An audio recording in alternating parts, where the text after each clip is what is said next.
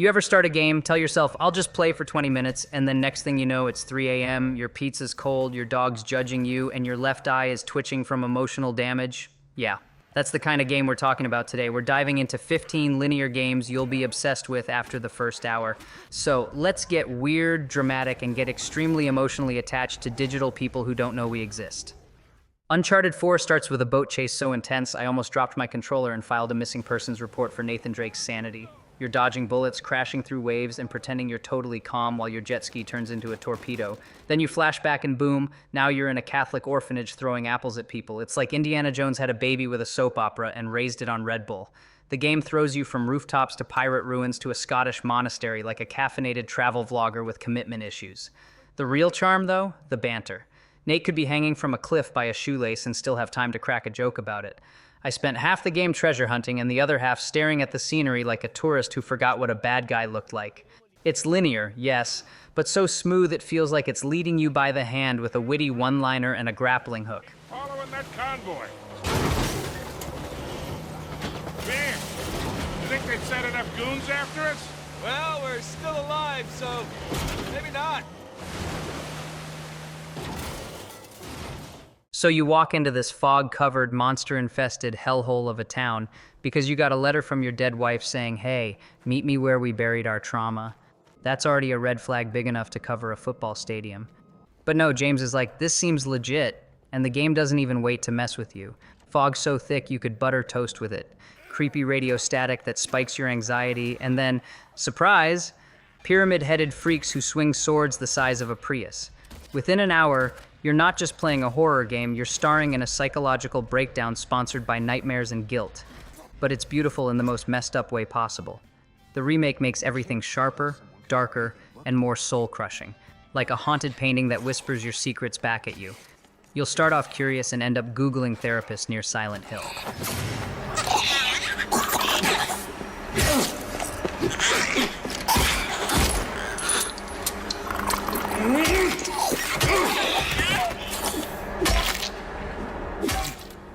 The first time I played Hellblade, I thought my headphones were broken. Turns out, no. The voices in Senua's head are supposed to whisper things like, you're going the wrong way, loser, and they're watching you. Within minutes, I was questioning my decisions, my direction, and my life choices in general. You're playing as a warrior with psychosis, fighting shadow monsters and metaphorical baggage, all while a Viking horror trip unfolds around you like an episode of Black Mirror on shrooms. The puzzles are weird, the combat is brutal, and the atmosphere, it's like someone crammed a Norse mythology museum into a haunted house and then set it on fire. I wasn't sure if I was playing a game or being spiritually audited. It's linear, sure, but it feels like a straight path through someone's deepest fears. And you're holding the sword and the emotional baggage.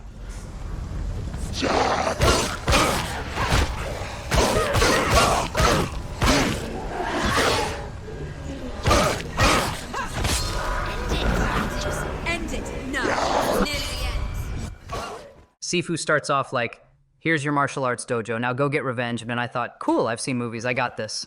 Spoiler alert, I did not have this. You get beat up faster than a guy in flip-flops at a biker rally. The game's combat system is tight, slick, and totally unfair, but in that one more try way that tricks you into becoming a better fighter without realizing it. You age every time you die, which is a nice little existential slap in the face. It's like life, but with more roundhouse kicks and fewer taxes. You start off young and cocky, end up old and powerful, and somewhere in between you memorize 27 different ways to break someone's nose.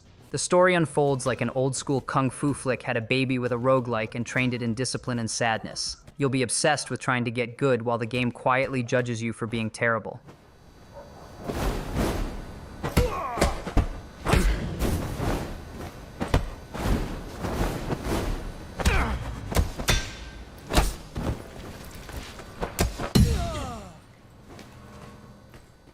At first glance, Spec Ops: The Line looks like another hoorah military shooter, right? Desert setting, cover mechanics, tough guys yelling about extraction points. Then it smacks you with a narrative twist so hard, you start questioning if you even like yourself. Within the first hour, you go from shooting generic enemies to realizing maybe, just maybe, you're not the hero here. The game turns your Call of Duty instincts into psychological landmines. One mission has you dropping white phosphorus, and the game doesn't let you forget it. It's like if Joseph Conrad wrote Modern Warfare after binge-watching therapy sessions.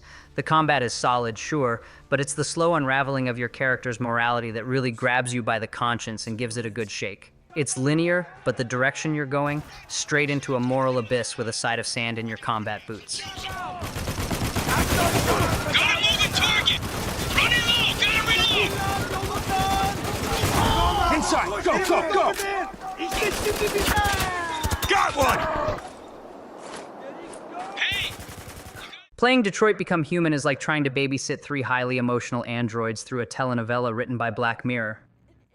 You've got Connor, the world's most polite RoboCop intern, Marcus, the revolution starter who upgrades from housekeeper to messiah, and Kara, who just wants to keep one very glitchy child alive while society implodes around her. The first hour alone has you interrogating suspects, burning spaghetti, dodging abusive dads, and maybe accidentally triggering the android apocalypse, depending on how twitchy your thumbs are.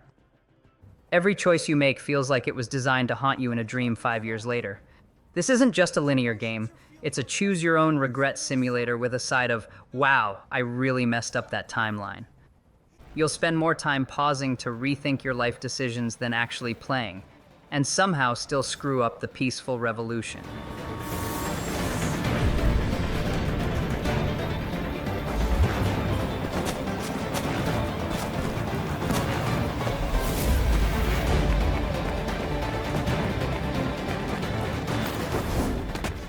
A Plague Tale.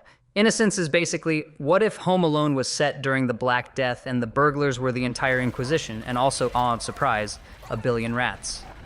You're Amicia, a teenage girl forced to babysit her tiny brother Hugo, who has the supernatural ability to attract more rodents than a medieval pizza shop.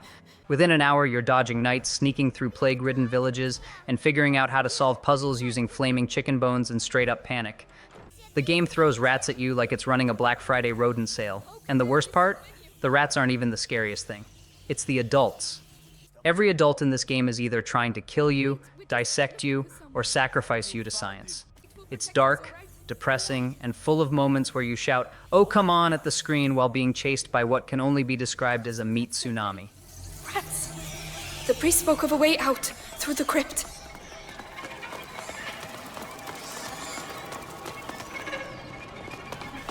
Amicia! The 3 statues! The crypt of the 3 saints! It's the exit the father spoke of. The first hour of The Last of Us Part 1 emotionally punches you in the gut, steps on your soul, and then casually drops you into fungus-filled America like, cool, now survive. 1 second you're watching Joel bond with his daughter, the next you're crying into your pizza while mushroom zombies scream in the background. Then, boom, time jump.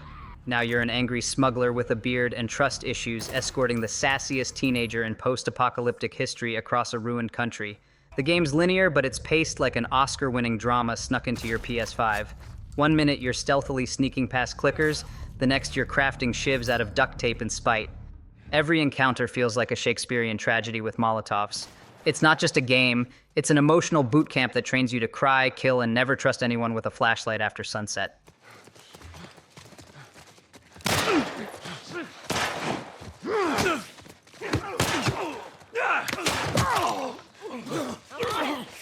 Got you. You ain't going nowhere. Alan Wake 2 doesn't just blur the line between fiction and reality. It tears it up, sets it on fire, and then writes a best-selling thriller about it. The game opens with a murder so confusing, even the trees seem suspicious. You're either Alan, a tormented author trapped in a nightmare dimension with a flashlight and way too many metaphors, or Saga, a detective who somehow ends up cosplaying an Alan's fever dream. You're solving crimes, fighting shadow monsters, and trying not to scream every time the screen flickers like a possessed VHS tape. Within an hour, you're swapping between protagonists, timelines, and levels of confusion like you're flipping channels on a haunted TV. The combat's great, but it's the atmosphere that'll really get under your skin.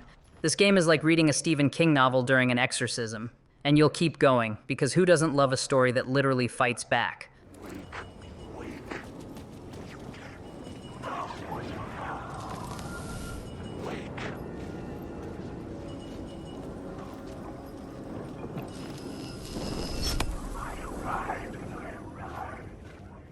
This game starts with Star-Lord waking up in his 80s nostalgia cave, which includes hair metal posters, lava lamps, and a sense of fashion that screams midlife crisis in space.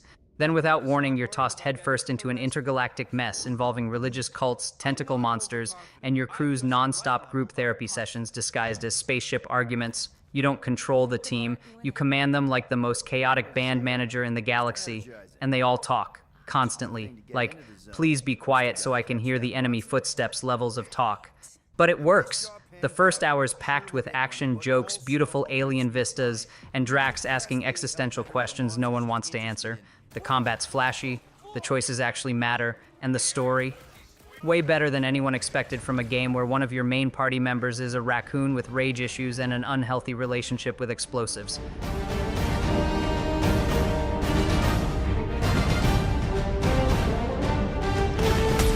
Look out! Wait a minute! I thought we were safe! Oh, come on! Now we gotta deal with junk slugs? Don't gawk at it! Shoot it! Life is Strange kicks off with a teen girl discovering she can rewind time. And instead of using it to, like, win the lottery or stop the apocalypse, she uses it to correct awkward conversations and save birds from windows. Max Caulfield is the world's most anxious time wizard, and within the first hour she's already having weird visions, eavesdropping like a pro and trying not to flunk photography class while unraveling a conspiracy so tangled even the squirrels look suspicious.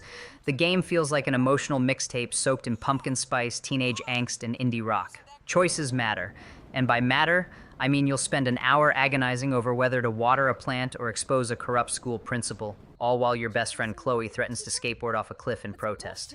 It's moody, weird, heartfelt, and somehow more stressful than filing your taxes during a thunderstorm. You're alive! Oh, both of us! I did so much to bring you back, Chloe. It worked, actually worked! You're with me again. Looks like even fate doesn't want us apart. And travel through multiple realities just...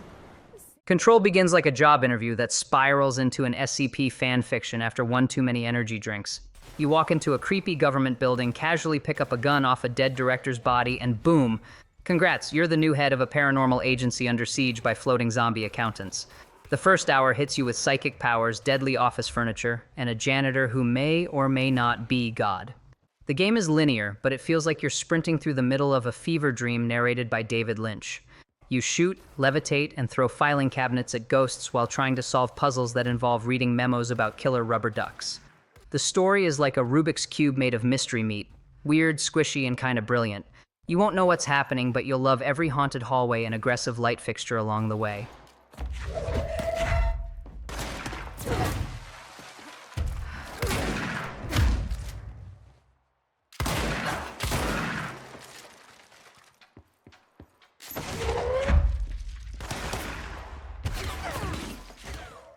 The first hour of God of War 2018 is basically Welcome to Dad Simulator Norse Apocalypse Edition. You're Kratos, former Greek war machine turned emotionally constipated lumberjack, and your goal is simple. Climb a mountain with your son while bonding via mutual trauma and monster dismemberment.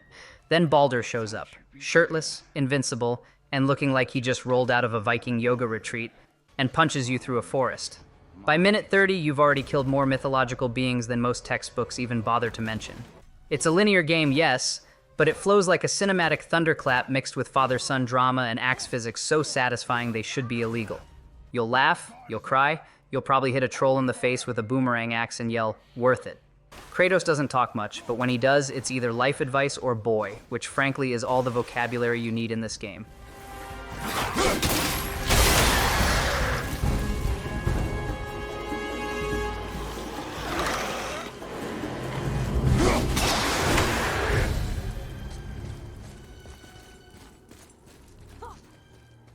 In Rise of the Tomb Raider, Lara Croft does what every rich British archaeologist with abandonment issues does when she needs answers. She climbs an active glacier in yoga pants. The first hour is just you versus gravity, nature, and a cult that's clearly taking tips from every villain in a Dan Brown novel. You're raiding tombs, crafting arrows out of birds and bark, and falling off more cliffs than seems reasonable for one person. This game is linear, but it's a roller coaster strapped to a jetpack. The combat's snappy, the stealth is satisfying, and every puzzle is like a Pinterest board of ancient death traps. Lara's in full, I've had enough of this nonsense mode. She's smarter, deadlier, and 80% of her internal monologue is just grunts and heavy breathing while she scales Soviet ruins. It's like Survivor, but with more grenades and less sunscreen. Okay. I can get power to that console.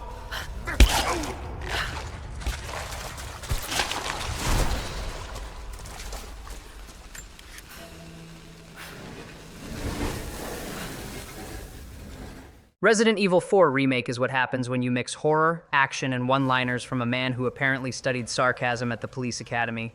Leon Kennedy shows up in a cursed European village with nothing but a leather jacket and unlimited confidence. Within the first hour, he's roundhouse kicking infected villagers into fireplaces and rescuing the president's daughter like it's a weird family vacation gone off the rails. Everything's linear, but every hallway hides a new nightmare.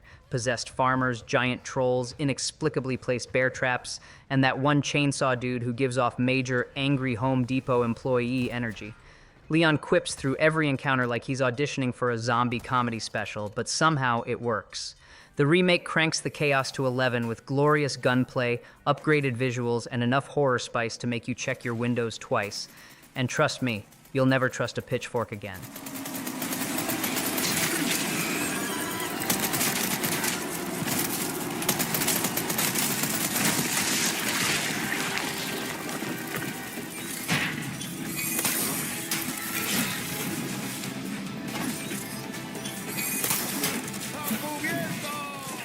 Alright, so thanks for watching. If any of these games hijacked your free time and emotions like they did mine, smash that like button, subscribe for more gaming chaos, and drop a comment telling me which one ruined your sense of time the most. Now go, play something linear, get overly attached to fictional characters, and remember, sleep is for people who don't have boss fights waiting.